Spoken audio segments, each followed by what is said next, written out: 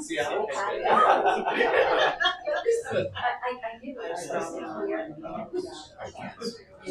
Yeah, these are better. Yeah, that was pretty tough. I thought with the way that was They're lower. And I didn't know how late. I thought you did the revision. Trying to figure out the back, save the spots.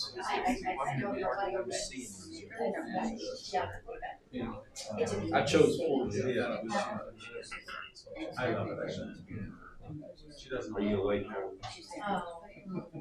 awake. We have 22 minutes. Yeah, you drink your coffee. Still, someone's still with her. No. Nowhere. Hastings, Nebraska. What about yourself, sir? What do you do there in Tulsa, Oklahoma, USA? It's currently we left Friday. Yeah. I was thinking about that. I was just wondering. You want to flip over on this side? Yeah. More leverage. Yeah, sure. Yeah, I saw him. Thank you. Of course. Appreciate you. Are you a member here? I am a Sunset student. Where are you from? Metro Church of Christ.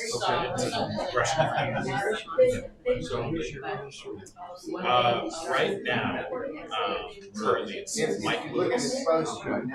He's also Yeah, he was from Pennsylvania, Carlos, and he was a big influence on my son. His name was Aaron Jack Wells. We were on that other conference. We were years ago crazy with credit seats.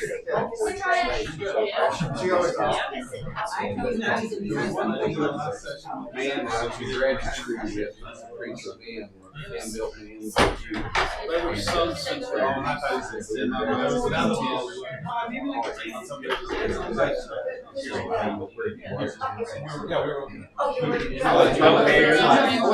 would talk about it's a presentation.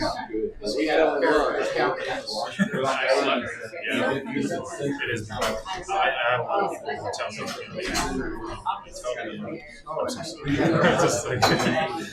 We've gone back a number of times. Yeah, I flew back during the Christmas break. It was nice to be home, but I think I was also like ready to come back. I was like, gotta keep studying. You can't be away for too long. Forget how big it's too. Yes, sir. Thank you for your work. I praise you. Studies go well. I traveled east of Mississippi. Sunset work. Yeah, there are a few alumni that I through Sunset that helped influence my decision. Well, I met a man who was, had no idea it was at church. It was park in there. He mentioned New Mexico, so I asked him, and said, they threw it there. He said,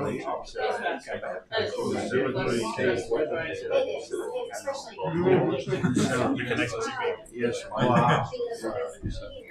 I see your Yeah. I did, yes, back in 2021. I did it a year and a half. What did you think? Very cohort. That's After that. Oh, you've stopped. That's awesome. Yeah. Hi. How are you? To me, I almost got I've had a few friends that have worked in some things. Yeah, just because it's a different style. It gets me. And like, Yeah, the same from I knew we had Yeah, there are a number of us in the Sunset right now who have right before December, let's say 6 or 7 of us. Like they actually did it just last fall, so it was like November or so. They're around too. They all done. Yeah, I told my wife.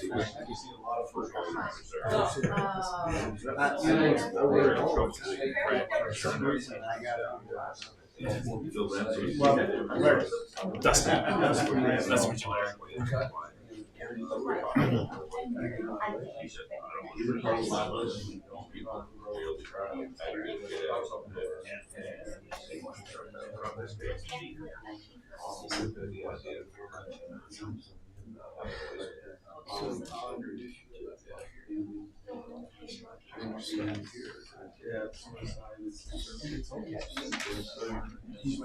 Okay, Beanie, I'm sorry. That's all right.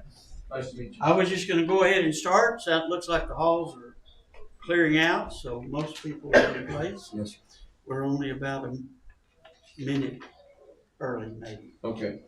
We want to give Gary all the time that he needs, but I'm going to be honest with you. I haven't met Gary in person. It's the first time, and I'm so glad to be able to meet him. We did have a phone conversation a few weeks ago about a church up in the Northeast who's looking for a preacher. And I think you were there, weren't you, at Concord?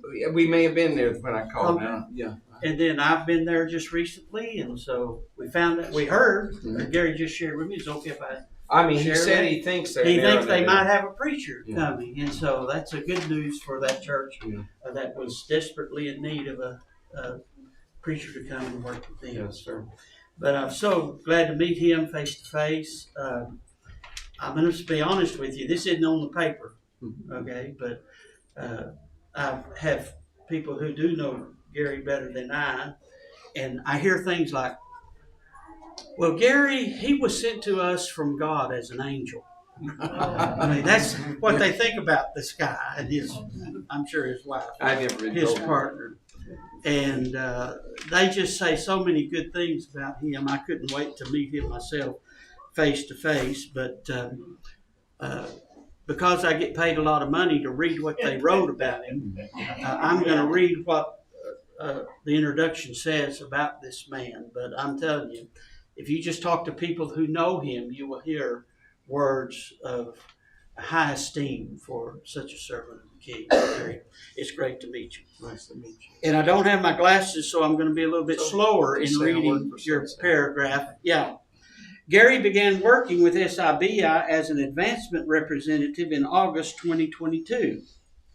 Gary primarily works with churches east of the Mississippi River. That's from the east of the Mississippi, means all the way up to New England states, the way it sounds to me.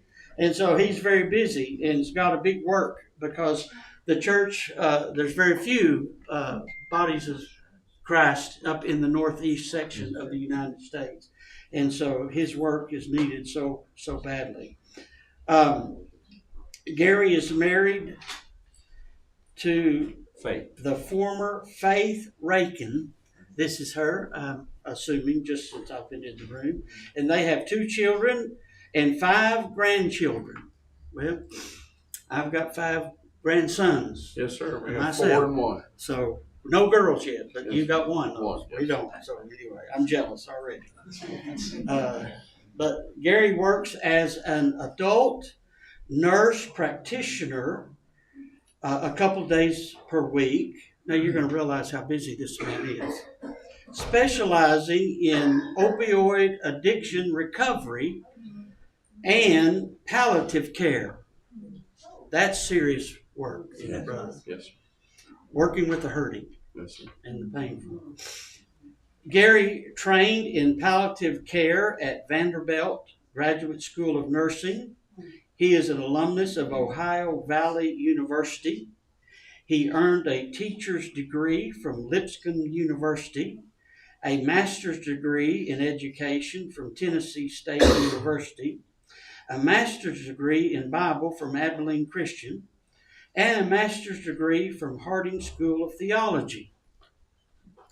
He additionally, as it would say, like you need something else to do, but Gary has done extensive doctrinal work in Bible ministry and counseling. So he is well educated, has all the qualities to give you a great lesson in this class today, Gary. Thank you for doing that. Thank you, sir. Thank you for your service for the team. Yes, sir. Thank God you. bless you. God bless you. Mhm.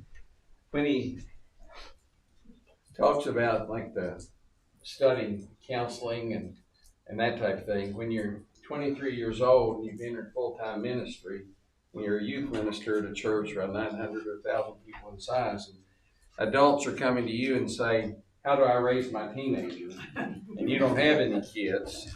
And then you realize you need to go back to school and start studying so you know when to say, well, I need to refer you to, or whether or not I should sit down and talk and listen personally. And then it wouldn't be long till you realize I need to refer you to. And so what I've done, it just happened to be that some of those things have ended up as terminal degrees, but I was just trying to better equip myself for ministry and the master's degree in education. My car was stolen my first night at Lipscomb University, and it had everything I owned in it. I was staying in the married student housing with my older brother who played basketball there and his wife. And he came in the morning, woke me up, and he said, Gary, your car's not in the driveway. And I said, look at my older brother. I said, Steve, don't do that. I said, I'm tired. And he held up a sport coat just covered with dust. It was the only thing that was out of his driveway. My car was gone. All my study materials, clothes, checkbook, everything was gone. And so my sister-in-law went to work. It was a rainy morning. And she got to work, and this was BC, before cell phones. And so she called and said, I think I saw your car in the ditch. And so she told me where, and it turned out it was on Belmont Boulevard, which runs right in front of Lipscomb University. And I walked over there, and it was sideways in this ditch, but everything in it was gone, all gone. And I can see why they dumped the car there. I think I still had what was an AMC Matador, and it was bright yellow. It looked like a banana on wheels, but everything was gone. And so I walked into my first class at Lipscomb, and there was a gentleman in there, who's the vice president of a local bank, and he's a member of the church. And he said, are you Gary Dodd? When I walked in, I said, yes, sir. And he introduced himself. And his son was working at a swimming pool. And this was in September because Lipscomb was on quarters then. And they closed the pool, and they were cleaning it out. When they went to the dumpster, all of my stuff was in that dumpster.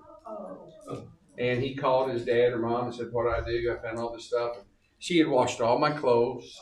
And they had gone through enough stuff to where they realized I might be a student at Lipscomb.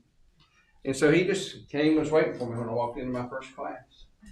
And very nice. Introduced me to a man that taught me a world about organization for youth ministry. And so I had a couple more years before I graduated, but I've used that man as a model for years as a young adult minister. But in between that, when I found my car, it was raining. I walked up to the front porch, knocked on the door, and I asked if I could use their phone to call the police. And I said, that's my car over there. And the couple invited me in, and I stepped inside and told them what had happened, and I was going to be a new student at Lipscomb. And turned out he had taught at Lipscomb in years past. But they said, we've got somewhere to go. You call the police, just stay in here, and when they show up, you just lock the door for us, please. And so years later, when I moved to Tennessee and the people were asking me all these questions about how to raise their children, I went to Tennessee State University and went to see the dean of the education program, and that man was sitting behind the desk. And so he let me organize my studies. There are a few things I just had to take in order to get the degree, but he just let me take counseling classes to fill all the other gaps. And so that's how that ended up. And then I just would start taking a class because I needed help or I wanted to understand this Bible book better or whatever. That's just what happened with that. And I'm planning on telling my wife I want to go finish the doctorate of ministry degree sometime, but I'm not going to mention that here because she's here. But it's good to see you all, and I thank you for coming today. The trajectory of my classes today is just built around the idea of finding hope and having hope.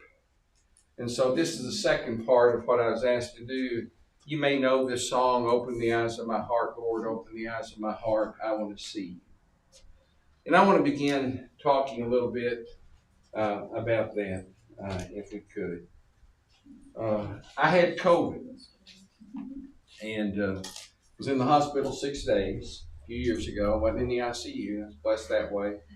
But that was right about the time that they had treated President Trump around that time. And I never dreamed the little hospital, not 2 miles, 3 miles from my house, would have the same drugs that President Trump had been given. And so I had all the same treatment except for one medication. And if they treated me for 6 days, I was released. But you hear about long haul symptoms and that type of thing. I mean, my eyesight began to change. And so most of you probably had a vision test before with the letters on it. And so I tried to memorize that, so when they say line 6, I can just say boom. But they've got this technology now, they can hit a button and change it each time they show it to you. So it's not working well. But what I'll do is I'll tell them, I'll say, well, just, say, can you see this? I'll say, yes. Can you see this? I'll say, yes. Can you see this? And they'll say, well, there's not another line. I said, oh, yes, there is. I said, at the bottom of the chart, it says made in China. That I can remember. But then we go back and I do the test properly. And they do the mental picture OCT tests where they're taking pictures of the inside of your retina. And then the neat thing is I get to see that picture, and then a doctor will explain things, what's going on. So what's been happening, every 2 to 3 months, I'm getting injections in my eyes. And I remember as a minister visiting the hospital, someone tell me about that, and I think, boy, I hope that never happens to me. But it's happened to me. And so, but the interesting thing when you have diagnostic tests, you go in, and then maybe the doctor comes in, and when you hear him say, you think, what are they seeing on that screen? I'm not seeing. And then they say, how long have you had? And I say, I didn't know I had. And then we'll have that conversation. When my wife was pregnant with us, we went to the doctor. He said, I'm going to have you do an ultrasound. We went, and the ultrasound tech came in, and I don't know what she thought we knew. And she takes one swipe, and she says, well, there they are. And so, that's the big thing. So a woman's going to pick up on that. My wife picked up on it very quickly.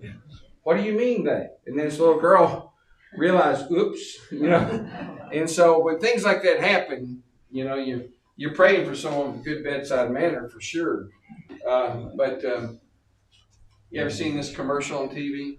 Cardis Mobile, and the guy says, how's your heart?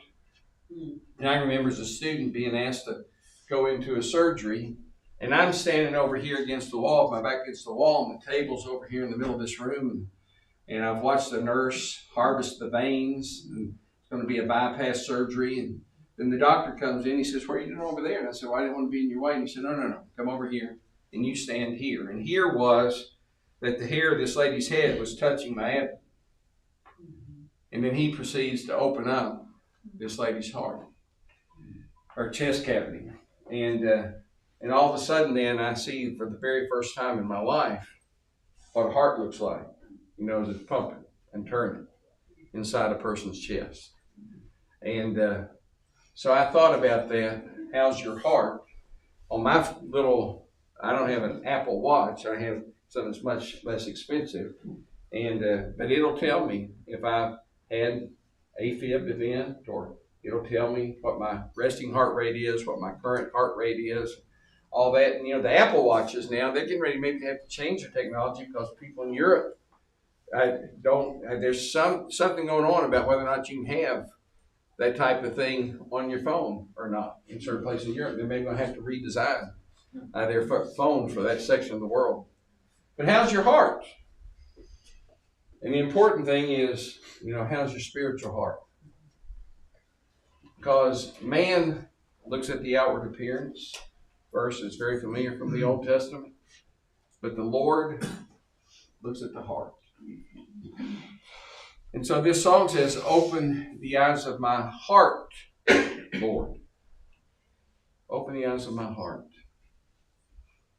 I want to see you. Why is it saying that we need our eyes open to our heart in order to see God?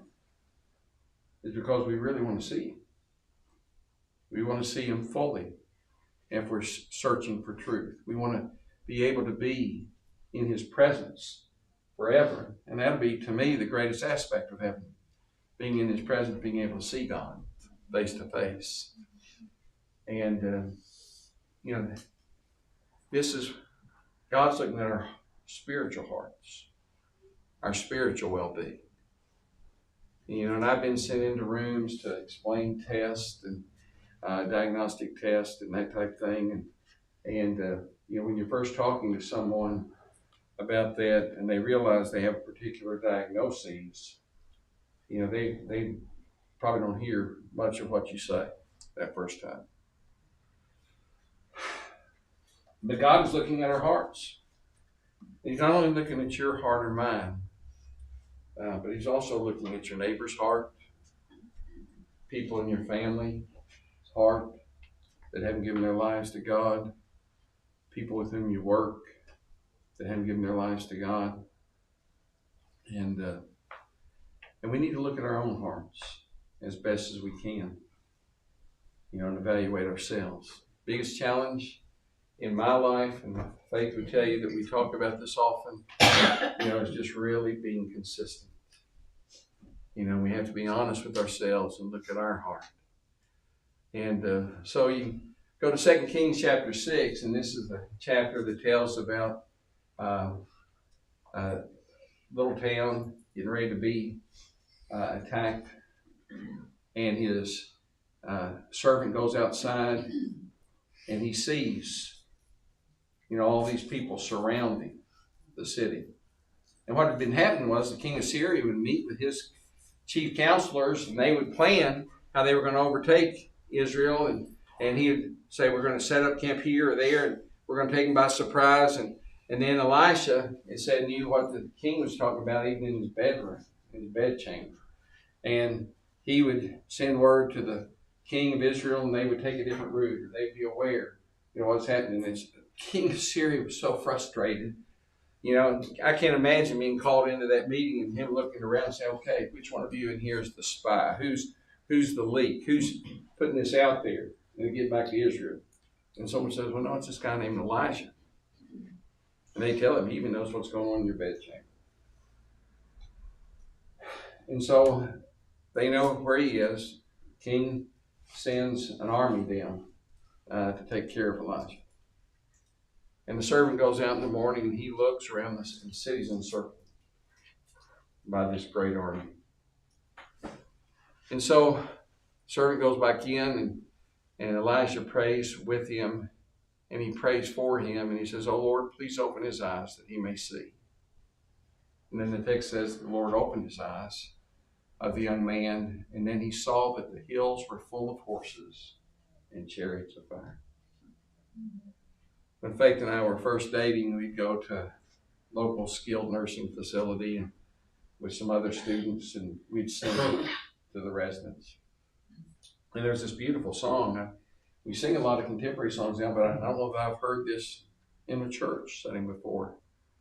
But there's a light on the hill. I can see it on the horizon. It's the army of God preparing for war, coming conquering victorious. Or the armies of Satan, nothing can stand before the army of God. And yet the truth is, honestly, that we are surrounded by his army all the time. But Elijah had to pray for his servant, open his eyes. And we at times maybe need to pray, open my eyes, so that I can really see. And sometimes when life turns upside down, Brother Baxter had a kind of a well-known sermon that he would preach, and he had a little paperback book, and the title given to it was about this. But the question was, when life falls in, what then? And there are times life just falls in, and we need our eyes open.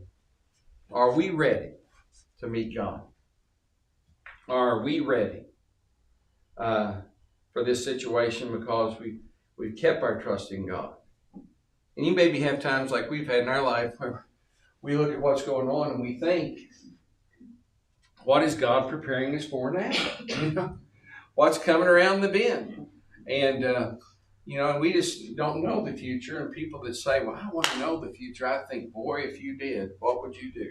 You know, because I don't necessarily want to know everything that's going to come, but I do want to know God.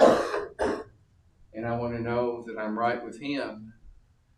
And I do want to know and fully believe that He'll take care of everything, like you're hearing in some of the lessons, like last night, that He will fight our battles. And I think it was Carl Bikeen of Bikeen and Faulkner used to do the marriage seminars. That first person I ever remember from was a young minister. And he was talking about the power of prayer.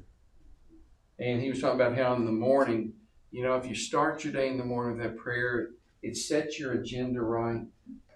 And when you think about where you are in life, what's happening, what the current challenges are, you're not looking for an opportunity with no challenges, but you're rather looking at when those challenges are there, seeing the opportunities within them, and knowing that God will fight your battles. And he's the first person I ever remember teaching me that. And I was grateful for him. But then you go to the book of Ephesians, and when you start reading epistles, they're often in a particular order. We sign our letters at the bottom of the letter. They would begin by identifying often, who it was that was writing. Then there'd be some sort of greeting. And in that greeting, you can actually get kind of the sense and the feel for where the apostle or the author of that book is headed and what's going to be written. And then there's this laudatio, or this section of praise often. And so that happens in Ephesians 1. And there's this beautiful prayer that God, or Paul offers to God on behalf of the people that are going to be reading this correspondence. It went to Ephesus, but it was a circulatory letter, and it went to other places around, and it was meant for us ultimately to read as well. And he prays, and in that prayer, he says, I pray that the eyes of your heart may be enlightened in order that you may know the hope to which he has called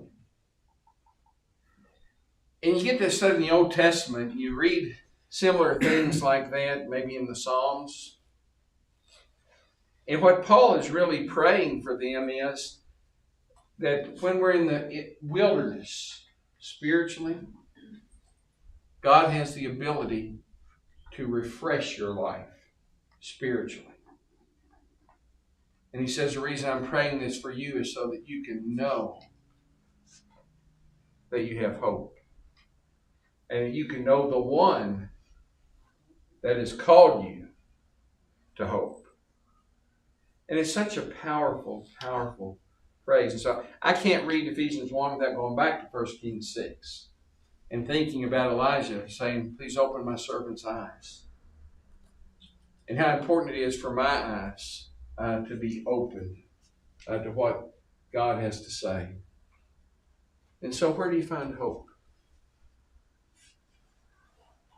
Where do you turn? I do opioid recovery.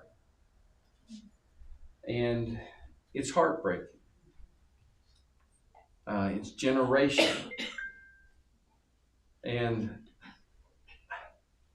I maybe have had some thoughts, possibly you've had similar thoughts somewhere along the way. And you see someone that's acting in a certain way, or you know that they have an issue, and it's easy to think, well, they brought that on themselves. Why did they choose to do that? And you hear a doctor talk about alcoholism or opioid addiction or meth addiction or something like that, being a medical condition. And you're tempted to say, no, it's because they made choices and they did this and that. And I don't discount the fact that people made choices. But sometimes those choices were made for them initially. I looked at the young adult and I said, when was the first time you had an opioid that was put in your body? 4 years old. 4 years old. And I try to control myself and my emotions when I'm interacting with people medically, but when this person said 4 years old, I just turned away from the little laptop computer where I'm supposed to be charting and all that and looked the patient in the eye. Where in the world did you get opioids when you were 4 years old? My dad was injecting me. Now that's not the way I grew up. And I believe with all my heart that God sees that young person that's now the parent of children and maybe has parents that were addicts and possibly grandparents that were addicts as I'm taking the history. And I'm thankful God can see the heart. So important. And so I'm trying to learn not to stigmatize people.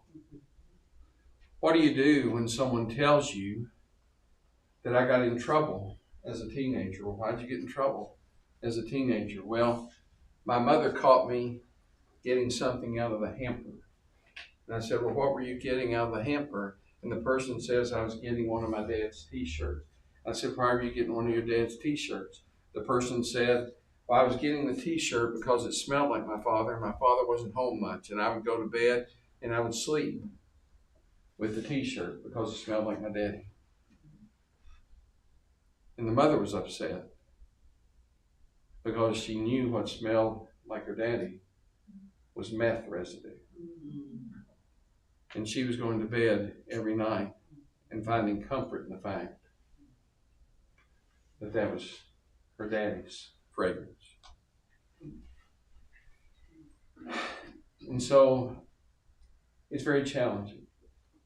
And there are protocols and that type of thing, lines that are drawn about where you can go to talk to them spiritually, and I just want to bring them home, and be able to tell them, and sometimes people will reveal that they have a spiritual orientation, and then I'll say, do you mind if we pray? And then we'll pray, and then they'll open up and they'll talk.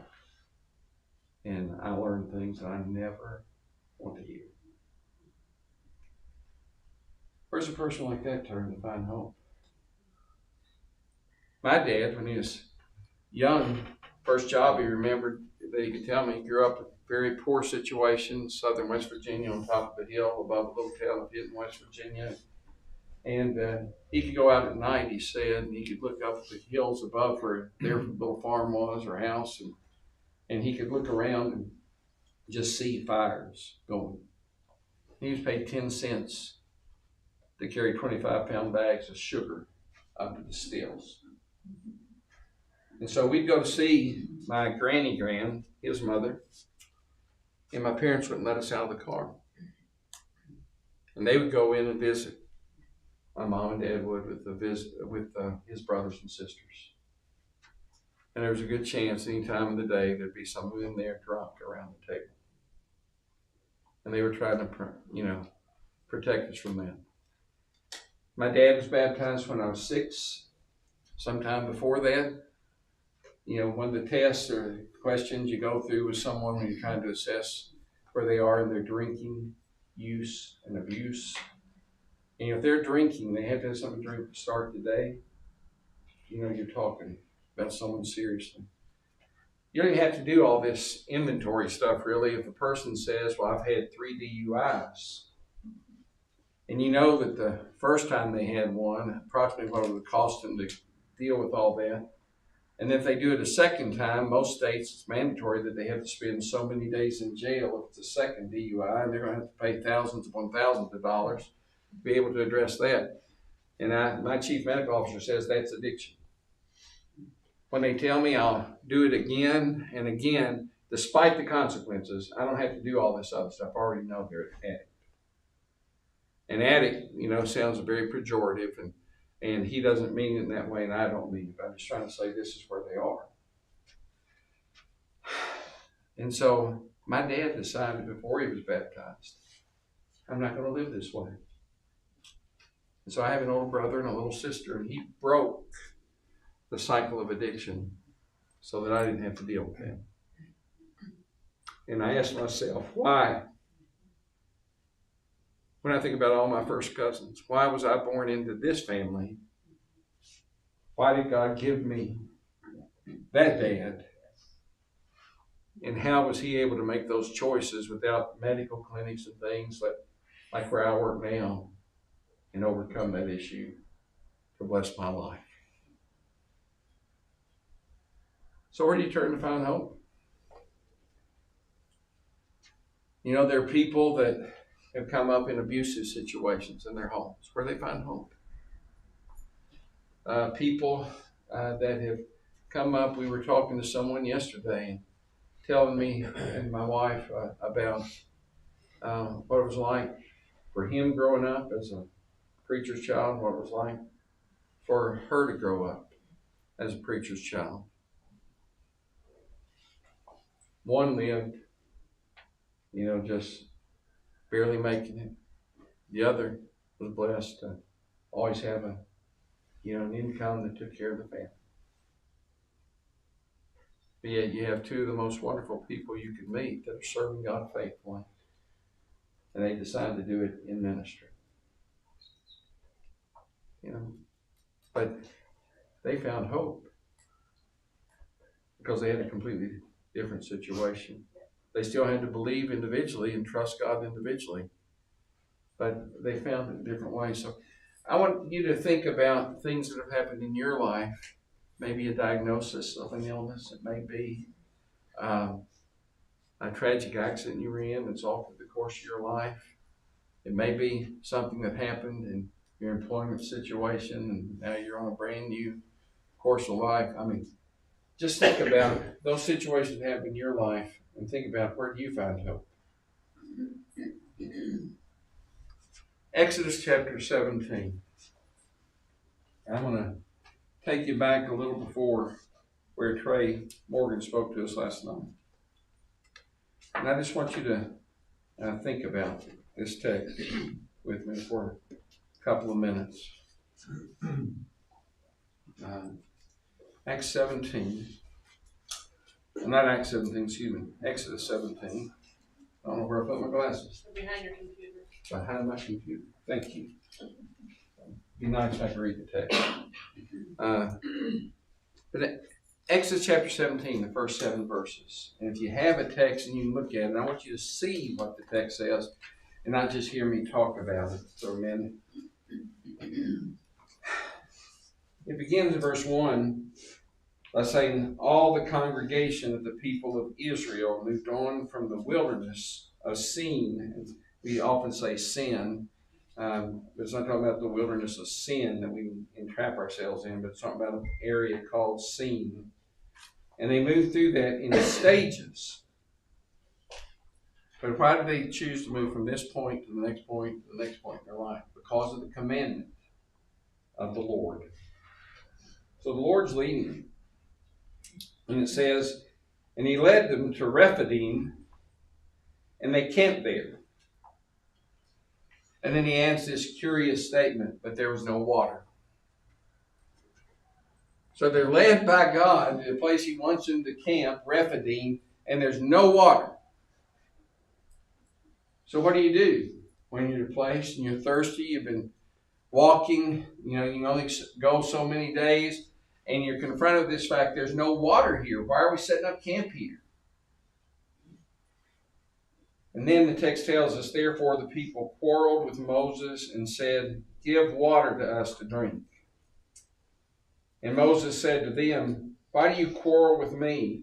And why do you test the Lord? But the people thirsted there for water, and the people grumbled against Moses and said, why did you bring us up out of Egypt? Did you bring us up here to kill us, to kill our children, to kill our livestock with thirst? And Moses, we know, and as you read the whole story, he's a very caring man. But it hurts when people are attacking you. And the people are grumbling against him, and sometimes God's response is, you're not just grumbling against Moses, you're grumbling against me. And they're challenging God. And they're not believing that God is going to preserve them, even though they've seen all of these things that they've seen in the past. When this takes place, they're about 6 months into their journey into the land of Canaan. And so if you think about where we are today, you're looking back to God parting the Red Sea maybe on December 14th, if you're going to bring it to this calendar. So you can probably remember pretty well a lot of things that have happened since December 14th till today. And they're already putting that out of their mind. They're putting out of their mind all the things that God did for them during the wilderness wanderings, and where the manna came from, then the quail, and all the things he did to deliver them at different times. And now instead of thinking we've got such a great God, a gracious God who intervenes in our lives, and he does this for us and that for us, and we don't have to worry about this because he'll take care of us. No, they're looking at God and basically saying, right now we don't think you're going to take care of us. And you need to give us water. Moses, you got to do something about that. And Moses feels pretty threatened by all of this. You go on to read the next verse.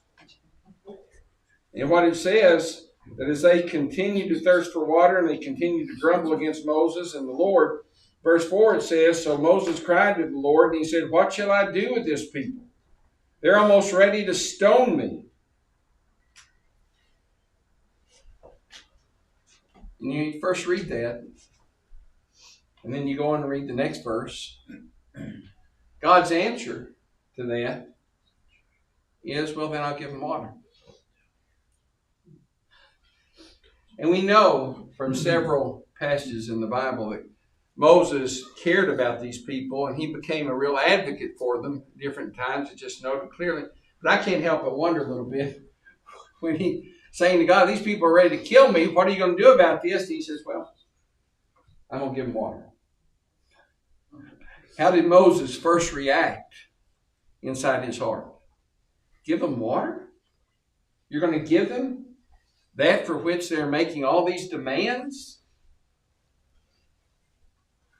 But God has a purpose. And that's what he enumerates in the verses that follow. He says, Moses, I'm going to give them water. And we're going to deal with this incrementally. And he said, the first thing I want you to do is I want you to pass before the people. This is going to be a public act. And they had attacked God and Moses publicly, and God says, well, I'm going to respond publicly. I want you to pass before the people. And then he makes the point, he says, I want you to take with you some of the elders of Israel. So Moses is going to get some of those religious leaders, people that are supposed to be influencing the people of Israel for good in their relationship with God. And he says, you get them. They're going to walk with you before the people. It's going to be public, and you're going to have those people there that are responsible for being spiritual leaders. And then he tells me, he says, I want you to take in your hand the staff of Israel. Take that staff with which you struck the Nile. So what had happened just 6 weeks before? He says, take that staff with you. They've seen it. They know how I worked through you to accomplish something great.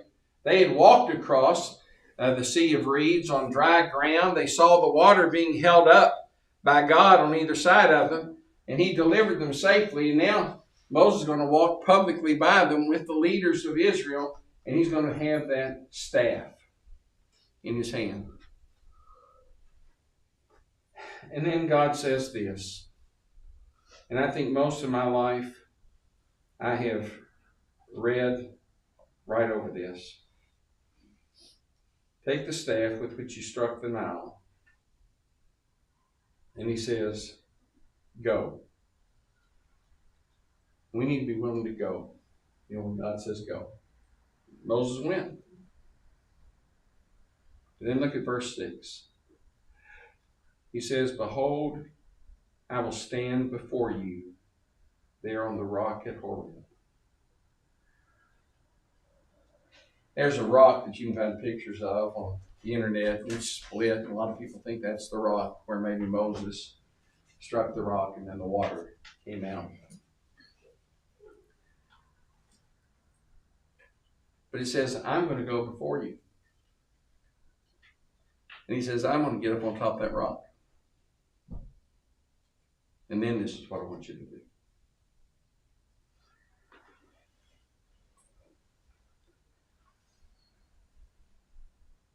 How many times in your life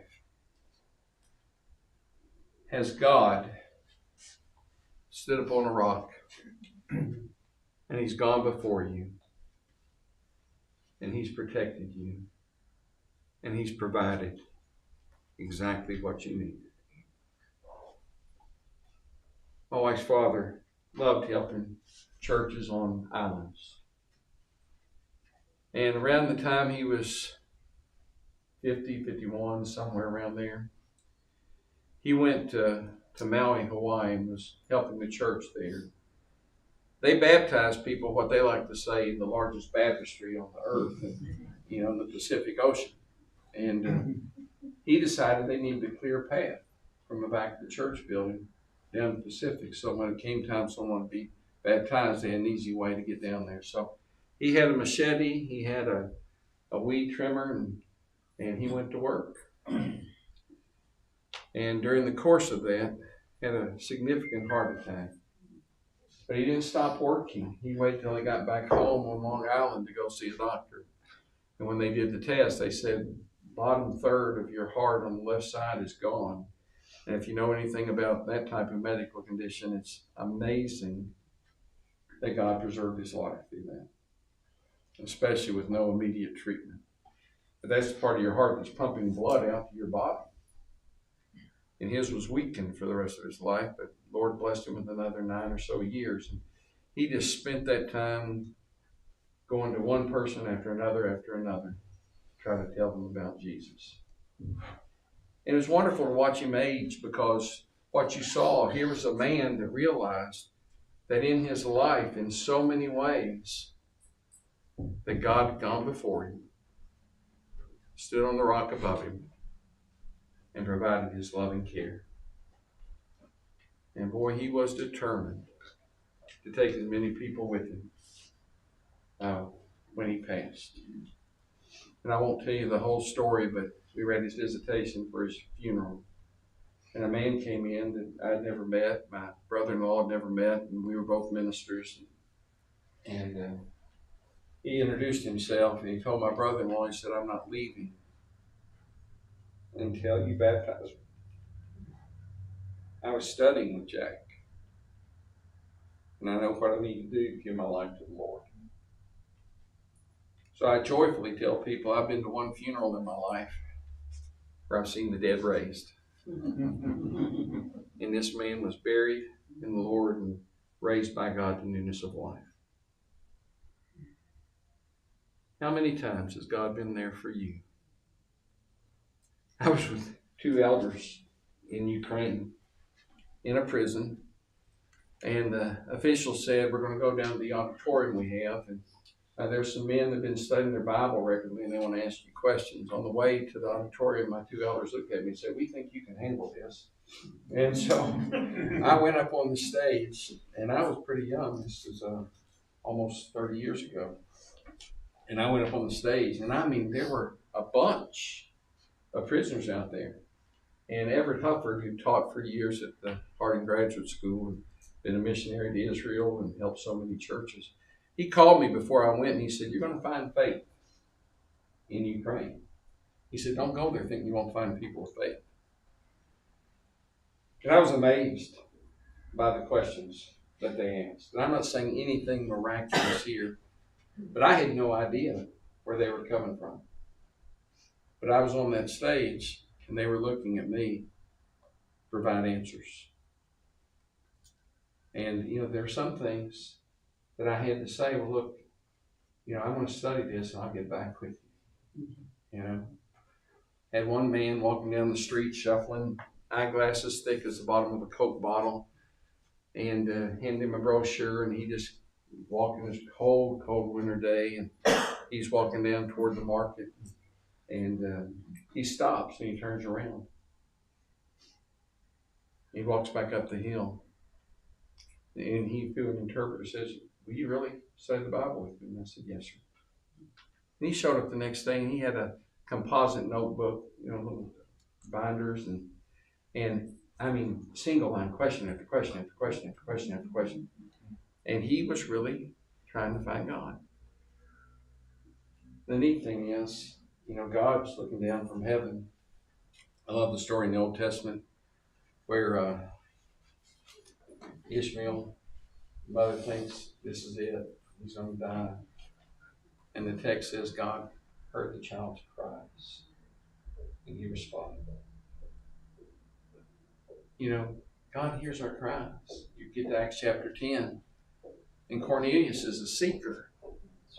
And God says, "I'm going to send Peter." And he tells Peter and explains to him, "You're going to go to this Gentile man. You're going to tell him the gospel story." So God's looking at our hearts. And what I need to do is look at my heart. Anybody know what Enoch did the first 65 years of his life? I've tried to find somebody that provides some sort of comment on that online. There's an apocryphal book of Enoch, but it's not a book that we recognize as inspired at all, so I don't put a lot of credibility in some of that. There are a couple of New Testament passages, though, where the book of Enoch is quoted. And it may be to clarify and to make a better point. But we're really not told about the first 65 years of his life. But then he has a child. Anybody know what his child's name was? Methuselah, someone say? Yes, ma'am. Methuselah. Methuselah had a unique something about him, didn't he? Yeah. How long did he live? 969 years. It says after Enoch, Methuselah was born to Enoch, that Enoch lived another 300 years. And then it says, and he was not. So he was taken up to heaven in some way. And it's amazing. You think about those 300 years of his life, it's pre-flood. And the world was becoming increasingly evil. But for some reason, the text says that Enoch walked with God. And then he was taken out. You read a little further. Methuselah has a child. And Methuselah had lived 187 years old when he fathered Lamech. So, Methuselah's 187 years old. And then we learn that Lamech had a child. It's 182 years later. He has a son, and his name is Noah. The 182 plus 187, going back to Enoch and Methuselah's birth, is 369 years. And then you read forward, and you read that Methuselah died when he was 969 years old. You find some word study type books looking at Methuselah's name, what it meant. And it says that Methuselah means something about tip of a spear. And then you read a little further and deeper, and then you find out that there are translations of Methuselah's name that basically is saying, when you die, it will happen. So Methuselah, born, when he dies, it's 969 years. And that's when the Old Testament tells us that the flood happened. some way Enoch understood. And he lived in such a way with faithfulness in God, even though the world was just getting worse and worse, that he didn't turn away from that, and God took him up. And then the flood comes. Enoch had hope. He put his faith and trust in God. When you read this story in Exodus chapter 17, it's reminiscent in an expanded way in Proverbs 3 and verse 5. Trust in the Lord with all your heart and lean not on your own understanding.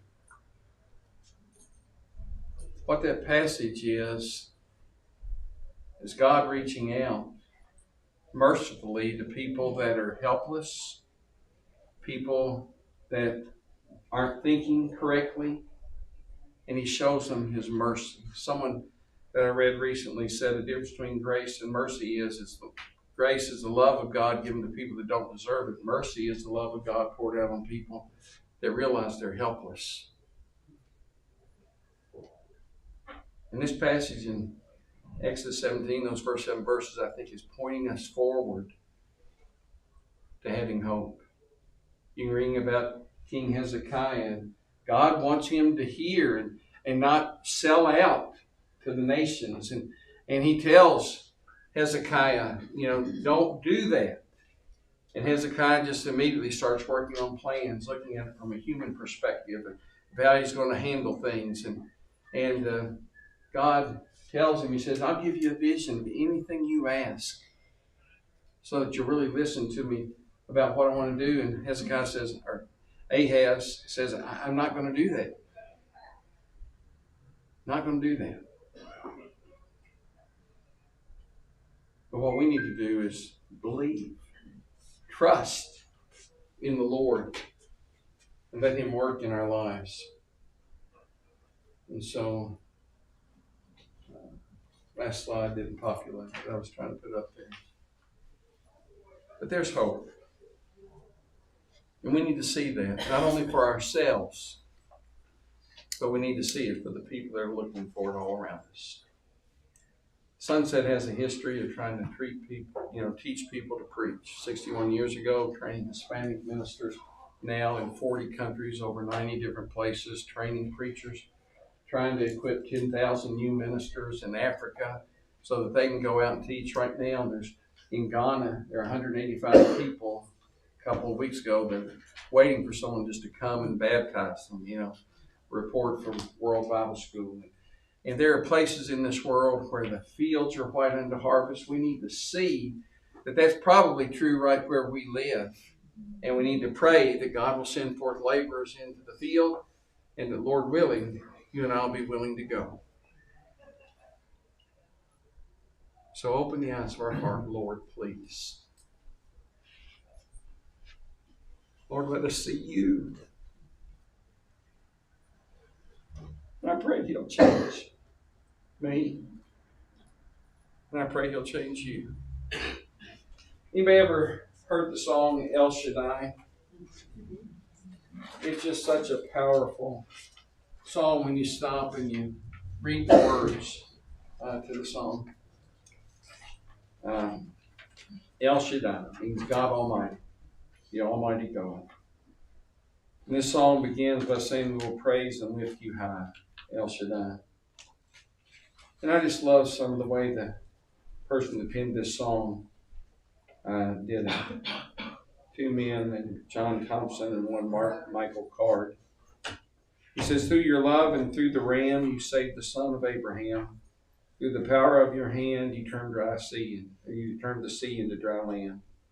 To the outcast on her knees, you are the God who really sees. And by your might, you set your children free. Age to age, you're still the same by the power of your name. And we will praise and lift you high, El Shaddai. Through the years, you've made it clear that the time of Christ was near. Though the people couldn't see what Messiah ought to be, though your word contained the plan and they could not understand, the most awesome work was done through the frailty of your Son. And they repeat the phrase, by the power of your name. I was talking to a man that's done a lot to try to help spread the gospel. And he said, have you looked at the word life closely? And I said, well, tell me what you mean. He said, there's another word inside the word life. And he says, it's if. And now I'm looking through my Bible and I'm thinking, okay, what role does that play in the text? If you seek me, you will find me. And over you will see phrases like that in the Bible that says if we'll just put our trust in him, he will save us. I'm going to end, if I can get my Bible open here real quickly, to Psalm 63 and verse 3. A powerful verse. And I want to hold it close to my heart. Because your steadfast love is better than life, my lips will praise you. And you think about the people that maybe you meet, with whom you interact, and sometimes they approach you, sometimes you approach them, and you hear their hopeless situation. And God is saying through this song that there's an answer. We need individually to trust God. We need to help other people find their trust in the Lord. And I pray He'll enable us to do that. Time for me to be quiet and let you go. Maybe it was so a few minutes ago. And so thank you for coming, and I appreciate it very much. Hey,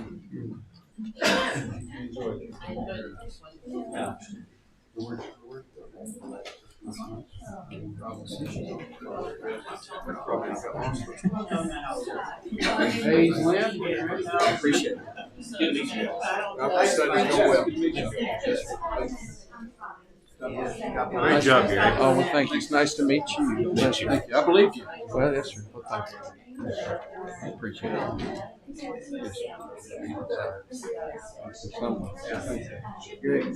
Good words. Thank you. Boy, to be God, truly open our eyes. Yes, sir. I appreciate it. Not only for him, but for us. Yes, sir. You're fine. Yes, sir. It's,